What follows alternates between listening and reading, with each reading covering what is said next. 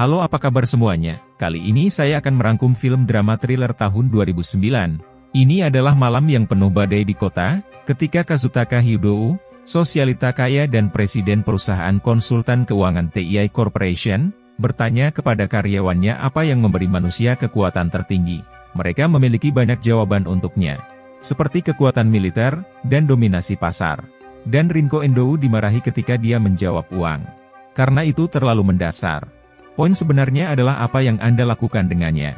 Namun, Yukio Tonegawa dipuji oleh bosnya karena menjawab bahwa kekuatan memiliki kekuatan finansial untuk membangun kerajaan Anda sendiri, seperti tempat perlindungan. Dia juga menunjukkan bahwa Jepang dipenuhi dengan pemuda putus asa yang akan bekerja sebagai tenaga kerja untuk konstruksi. Beberapa waktu kemudian, Kaiji Ito menjalani rutinitas hariannya yang biasa. Dia membeli lotre dan kalah di awal. Dia menghabiskan hari yang sangat membosankan di pekerjaannya sebagai kasir di toko serba ada.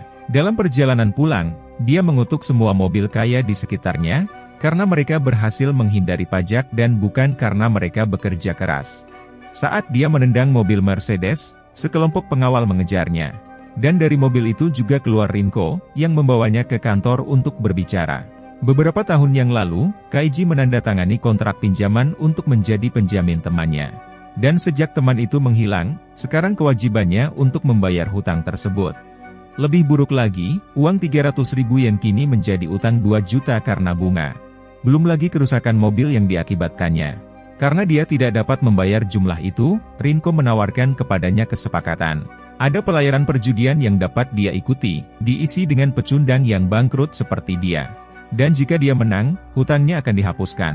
Setelah Rinko memberinya pidato singkat tentang betapa buruk hidupnya dan ini menjadi satu-satunya kesempatan untuk memulai kembali, Kaiji menerimanya. Kemudian di malam hari, saat Rinko memberikan profil Kaiji di perusahaan yang menyebutkan bahwa dia telah memenuhi kuotanya, Kaiji naik kapal pesiar, yang memang dipenuhi dengan pecundang yang bangkrut. Yukio adalah pembawa acara dan yang akan menjelaskan aturan permainan yang akan mereka mainkan malam ini.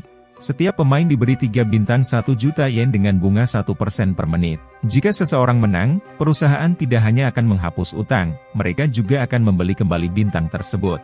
Pemain juga diberikan 12 kartu, batu, kertas, gunting, yang akan mereka gunakan untuk bermain seperti biasa. Setiap kali mereka memenangkan satu ronde, mereka mendapatkan bintang dari lawan mereka. Untuk menang, mereka harus menggunakan semua 12 kartu mereka, dan memiliki setidaknya 3 bintang setelah 30 menit. Tidak ada pertanyaan yang diizinkan. Dan setelah Yukio marah kepada peserta, untuk menenangkan mereka, dia pergi agar mereka bisa mulai bermain. Semua pemain bergegas mencari lawan, dan Kaiji didekati oleh Jouji Funai, seorang pria yang mengusulkan gencatan senjata. Jika mereka memainkan kartu yang sama dan menyebabkan seri, mereka tidak akan kehilangan bintang, dan akan menyingkirkan kartu mereka dengan cepat, dan memberi mereka jalan keluar yang mudah. Kaiji menerimanya, dan permainan dimulai dengan normal. Kedua pemain saling membantu kehilangan kartu mereka dengan tanpa masalah. Namun pada menit terakhir, Funai membohongi dan menikam Kaiji dari belakang, dan menipunya dengan memberikan 2 bintang dengan bermain untuk menang alih-alih seri. Dan meninggalkannya hanya dengan 1 bintang dan 1 kartu. Dengan marah, Kaiji menjatuhkan kartunya dan meninju Funai, menyebabkan dia berdarah di lantai dan juga kartunya. Petugas keamanan dengan cepat memisahkan mereka. Tetapi segera keributan baru dimulai. Funai memberitahu semua orang bahwa kartu terakhir Kaiji adalah gunting, sehingga semua orang akan mengejarnya untuk mendapatkan bintang yang mudah. Dan Kaiji membalas dengan mengumumkan Funai hanya memiliki batu yang tersisa. Semua orang mulai berdebat tentang kemungkinan ini sebagai trik atau bukan. Dan mereka tiba-tiba diinterupsi oleh seorang penjaga yang membawa Kouji Ishida kembali ke dalam permainan. Setelah dia ketahuan mencoba membuang kartunya ke toilet, yang bertentangan dengan aturan. Dengan 10 menit tersisa, Funai memanfaatkan momen tersebut untuk mengumumkan ide terbarunya, yaitu perombakan untuk kartu diacak. Sehingga tidak ada yang akan tahu kartu satu sama lain lagi. Semua orang menerima, termasuk Kaiji, karena dia punya rencana.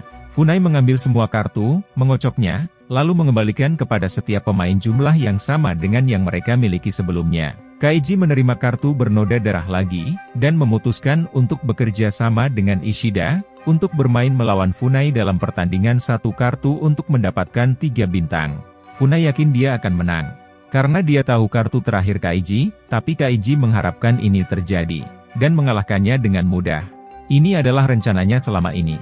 Mengetahui Funai akan memperhatikan tanda darah itu, Kaiji mengambil salah satu kartu Ishida, dan menambahkan darah di atasnya untuk membuatnya lulus sebagai kartu bernoda miliknya sendiri. Menipu Funai agar memainkan kartu yang salah. Setelah membagi bintang Funai di antara mereka sehingga keduanya memiliki 3, Kaiji dan Ishida memainkan kartu terakhir mereka dengan sengaja mengikat dan menang, atau setidaknya, itulah yang mereka pikirkan. Karena saat mereka sedang merayakan karena waktu hampir habis, Ishida menemukan kartu di sakunya yang dia lupakan. Karena Kaiji memenuhi janjinya untuk bekerja sama dan menerima kartu itu sebagai miliknya juga, keduanya kalah. Mereka dibawa untuk bekerja jauh di bawah tanah dalam kerja paksa untuk pembangunan kerajaan Hyudo. Kondisinya sangat buruk, jam kerja sangat panjang, mereka tidak memiliki waktu istirahat, makanan mereka sangat sederhana, dan mereka semua tidur bersama di tempat yang sangat kecil untuk tidur di lantai. Mereka juga dicap di bahu mereka dengan microchip sehingga mereka tidak dapat melarikan diri, dan bayaran mereka menyedihkan, bahkan tidak dalam yen, mereka dibayar dalam mata uang mereka sendiri yang disebut perica, dengan hanya berlaku di bawah tanah. Itu bernilai 1/10 yen, membuat gaji Kaiji 350 yen per hari, yaitu sekitar $3. Sesedikit mungkin, Kaiji berpikir untuk menabung agar dapat membayar hutangnya, tetapi godaan segera datang, gerobak yang menawarkan bir dan makanan berminyak yang lezat. Dia berhasil menolak tawaran itu pada awalnya, tetapi setelah mandor memberinya bir gratis karena menjadi yang pertama dan membisikkan kata-kata manis tentang betapa lezatnya semuanya, Kaiji dengan putus asa menyerah dan akhirnya menghabiskan hampir semua uangnya untuk makanan ringan dan banyak lagi bir. Sebagian besar pekerja melakukan hal yang sama, dan ini adalah cara perusahaan membuat mereka tetap bekerja secara gratis selama bertahun-tahun. Keesokan harinya, gempa bumi mengguncang area kerja mereka dan Ishida terluka. Kaiji bergegas membawanya ke rumah sakit, di mana dia menemukan sebagian besar pasien tidak dirawat karena mereka harus membayar dengan perica jika mereka ingin obat.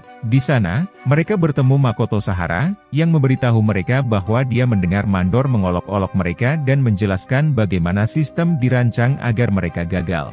Mereka mulai kehilangan harapan, tetapi dokter memberitahu mereka untuk tidak khawatir karena mereka akan segera mengumpulkan orang untuk pergi ke sebuah jembatan kebebasan, Brave Man Road. Kali berikutnya gerobak makanan ringan datang, Kaiji memanggil mandor untuk tipu dayanya dan meminta rekan kerjanya untuk bangun dari mimpi yang tidak akan pernah terjadi. Argumen mereka terputus ketika beberapa penjaga datang untuk menjemput Sahara karena dia telah dipilih untuk jadi peserta ke Brave Man Road, permainan yang sangat berbahaya di mana menang memberi Anda kebebasan tetapi kalah merenggut nyawa Anda. Siap mengambil resiko, Kaiji juga ikut serta, dan Ishida juga bergabung dengan mereka. Semua pemain yang dipilih ditutup matanya dan tangan mereka diikat saat mereka menuju ke tujuan mereka, meskipun Kaiji tahu bahwa mereka sedang dimasukkan ke dalam kendaraan dan kemudian di lift. Ketika mereka akhirnya diizinkan untuk melihat lagi, mereka menemukan bahwa mereka berada di atap gedung pencakar langit dan Yukio ada di sini lagi untuk menjelaskan aturannya. Setiap pemain diberikan voucher seharga 10 juta yen dan untuk menguangkannya, mereka harus pergi ke hotel di seberang jalan dengan menyeberangi jalan Brave Man. Terdiri dari 2 balok yang agak sempit. Mereka bahkan tidak dapat merangkak di atasnya karena tersengat listrik. Berjalan sambil menjaga keseimbangan adalah satu-satunya pilihan.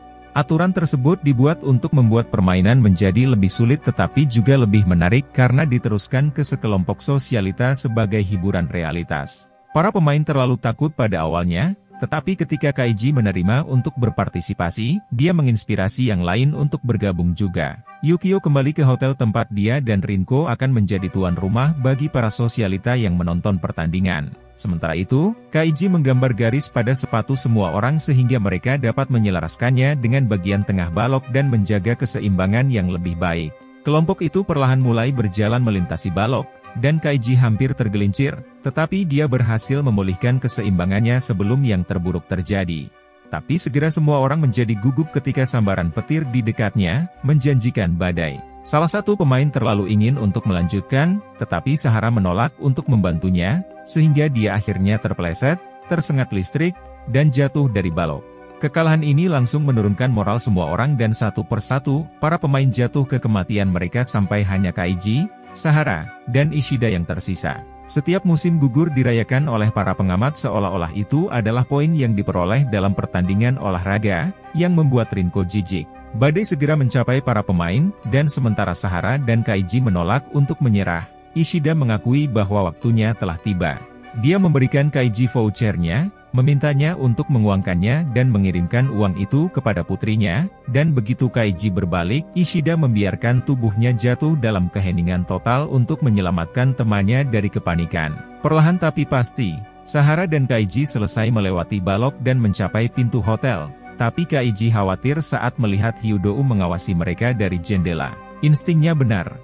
Ada trik terakhir yang menunggu mereka. Ketika Sahara membuka pintu, dia terkena tiupan angin yang disebabkan oleh perbedaan tekanan udara dan jatuh. Kaiji juga tergelincir, tetapi dia berhasil memegang langkan dan memanjat kembali, masuk ke gedung melalui pintu untuk menjadi orang pertama yang pernah menang di Brave Man Road. Hyudo memberi selamat kepada Kaiji untuk itu dan memberi Yukio predikat pegawai spesial di kerajaannya karena telah memberikan pertunjukan yang luar biasa. Kaiji menuntut untuk dibayar, tetapi berita yang dia dengar tidak bagus. Voucher Ishida tidak valid karena dia sudah mati, dan dari 10 juta yen Kaiji, mereka akan mengambil uang hutang yang dia pinjam kepada mereka. Jadi yang tersisa darinya pada akhirnya adalah 750.000 yen, sekitar 7.000 dolar. Setidaknya dia memiliki kebebasannya, tetapi dia masih marah karena dia tidak bisa mengirim uang kepada putri Ishida, jadi dia mencoba untuk memukul Yukio, hanya untuk dihentikan oleh para penjaga. Hyudo terkesan dengan sikapnya, jadi dia memberi Kaiji satu kesempatan terakhir untuk memainkan satu game lagi.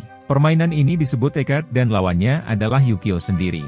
Permainan e-card memiliki 10 kartu, setiap pemain menerima 5 kartu, kartu sang kaisar memiliki 4 kartu rakyat dan 1 kartu kaisar. Kartu sang budak memiliki 4 kartu rakyat dan 1 kartu budak. Cara bermainnya sederhana, tim budak mengambil kartu terlebih dahulu dan meletakkannya di atas meja, lalu tim kaisar merespons dengan kartunya sendiri. Saat kartu dibuka, mereka memutuskan siapa yang menang dengan mengikuti aturan sederhana, warga versus warga adalah seri, warga mengalahkan budak, kaisar mengalahkan warga, dan budak mengalahkan kaisar. Dilarang meletakkan kartu secara acak, Kaiji harus melihatnya dan memilih yang sesuai. Akan ada 3 ronde, dan taruhannya adalah 10-1, dengan 10 sebagai sisi budak. Inilah mengapa Kaiji memilih untuk bermain sebagai budak meskipun dia dalam posisi yang kurang menguntungkan. Dia harus bermain terlebih dahulu, lawannya akan dapat membaca ekspresinya, dan peluang kemenangan budak adalah 1/5. Pertandingan ini sangat penting sehingga mereka bahkan menayangkannya di TV bawah tanah. Kaiji memulai dengan memainkan 2 warga, mendapatkan 2 hasil imbang, tetapi ketika dia memainkan budak, Yukio dapat mengetahui apa yang dimainkan Kaiji memberitahunya dan mengalahkannya. Hyudo kecewa karena ini berakhir begitu cepat, jadi dia meminjamkan uang kepada Kaiji agar dia bisa bermain lagi. Kali ini, Kaiji memperhatikan Yukio dan menyadari bahwa dia tidak membalas tatapannya atau bahkan kartunya sendiri, yang sangat aneh. Dia memutuskan untuk mengirim budak itu terlebih dahulu sebagai taktik kejutan, tetapi sekali lagi, Yukio tahu bahwa dia telah memainkan kartu itu dan dengan mudah mengalahkannya. Saat penjaga datang untuk membawa Kaiji pergi karena kalah, dia memperhatikan bahwa Yukio memakai jam tangan yang berbeda. Saat keluar, Kaiji mulai meninjau di kepalanya semua detail tentang game tersebut, mencoba mencari tahu bagaimana hal itu telah diperbaiki. Saat Rinko datang untuk mengolok-oloknya dan menyebutnya pecundang, Kaiji menyadari microchip di lengannya adalah kunci dari semua ini. Yukio telah memasang jam tangan yang memungkinkannya membaca tanda vital Kaiji dan itulah sebabnya dia bisa tahu kapan dia memainkan kartu yang sulit. Kaiji mulai menangis dan membuat keributan, berpikir bahwa dia akan menghabiskan seluruh hidupnya di bawah tanah, tetapi ketika dia mengingat semua trik yang telah digunakan sejauh ini, dia membuat sebuah rencana. Pertama, dia meminta izin untuk pergi ke kamar mandi sebelum pergi. Sesampai di sana, dia memanggil Rinko, mengetahui dia menunggu di pintu. Kemudian dia memberitahu dia tentang rencananya dan meyakinkannya untuk meminjamkannya 50 juta yen untuk bermain sekali lagi, mengklaim dia tahu jauh di lubuk hatinya, dia adalah orang yang baik. Rinko akhirnya setuju dan membawanya kembali ke ruang permainan, di mana Hyudo senang dengan kejutan ini dan memerintahkan Yukio untuk bermain melawan Kaiji lagi. Sebelum mereka mulai, Kaiji membenturkan kepalanya ke cermin beberapa kali sehingga Tanda vitalnya menunjukkan angka gila di jam tangan Yukio sepanjang waktu. Di meja, dia mengambil 3 kartu dan menyembunyikannya di pangkuannya, namun kemudian mengganti 1 kartu saat Yukio tidak melihat, dan 2 kartu yang tersisa. Di atas meja berakhir dengan noda darah saat Kaiji menggelengkan kepalanya. Permainan dimulai dan untuk pertama kalinya dalam hidupnya, Yukio gugup dan tidak yakin karena dia tidak bisa lagi mengandalkan arloji. Kartu pertama yang mereka mainkan adalah warga, jadi hasilnya seri. Tetapi babak kedua adalah saat segalanya menjadi menarik, Kaiji memainkan kartu dengan noda darah di atasnya. Yukio ingat bahwa 2 kartu yang tersisa di atas meja ketika pendarahan terjadi adalah budak dan warga negara, jadi dia memainkan warga negara untuk kesempatan 50-50 itu. Kartu Kaiji juga merupakan warga negara, jadi ini adalah undian lainnya, tetapi Yukio sekarang menjadi percaya diri, ini berarti kartu bernoda darah berikutnya akan menjadi budaknya. Setelah 1 warga lagi menggambar, mereka hanya memiliki 2 kartu, dan Kaiji memainkan kartu lainnya yang berlumuran darah. Percaya bahwa itu adalah budak, Yukio akan berperan sebagai warga negara tetapi berhenti ketika dia menyadari Kaiji pasti telah melihat darah karena itu adalah trik yang sama yang dia gunakan di kapal pesiar. Dia juga menyadari bahwa dia melihat Kaiji menukar salah 1 kartu setelah dia mengambil 3 kartu pertama, yang berarti yang ada di atas meja sekarang juga adalah warga negara dan ini telah menjadi tipuan selama ini. Percaya diri pada kesimpulannya, Yukio berperan sebagai kaisar. Hanya untuk mendapatkan kejutan terbesar hari ini. Kaiji telah memainkan budak, jadi dia memenangkan permainan. Saat para pekerja bawah tanah merayakan kemenangan, Kaiji menjelaskan bahwa dia tidak pernah menukar kartu, dia hanya berpura-pura melakukannya. Hyudo marah kepada Yukio karena telah kehilangan banyak uang, jadi setelah memukulnya dengan tongkat, dia mencabut kewarganegaraannya di kerajaan dan mengirimnya untuk bekerja di bawah tanah selama sisa hidupnya.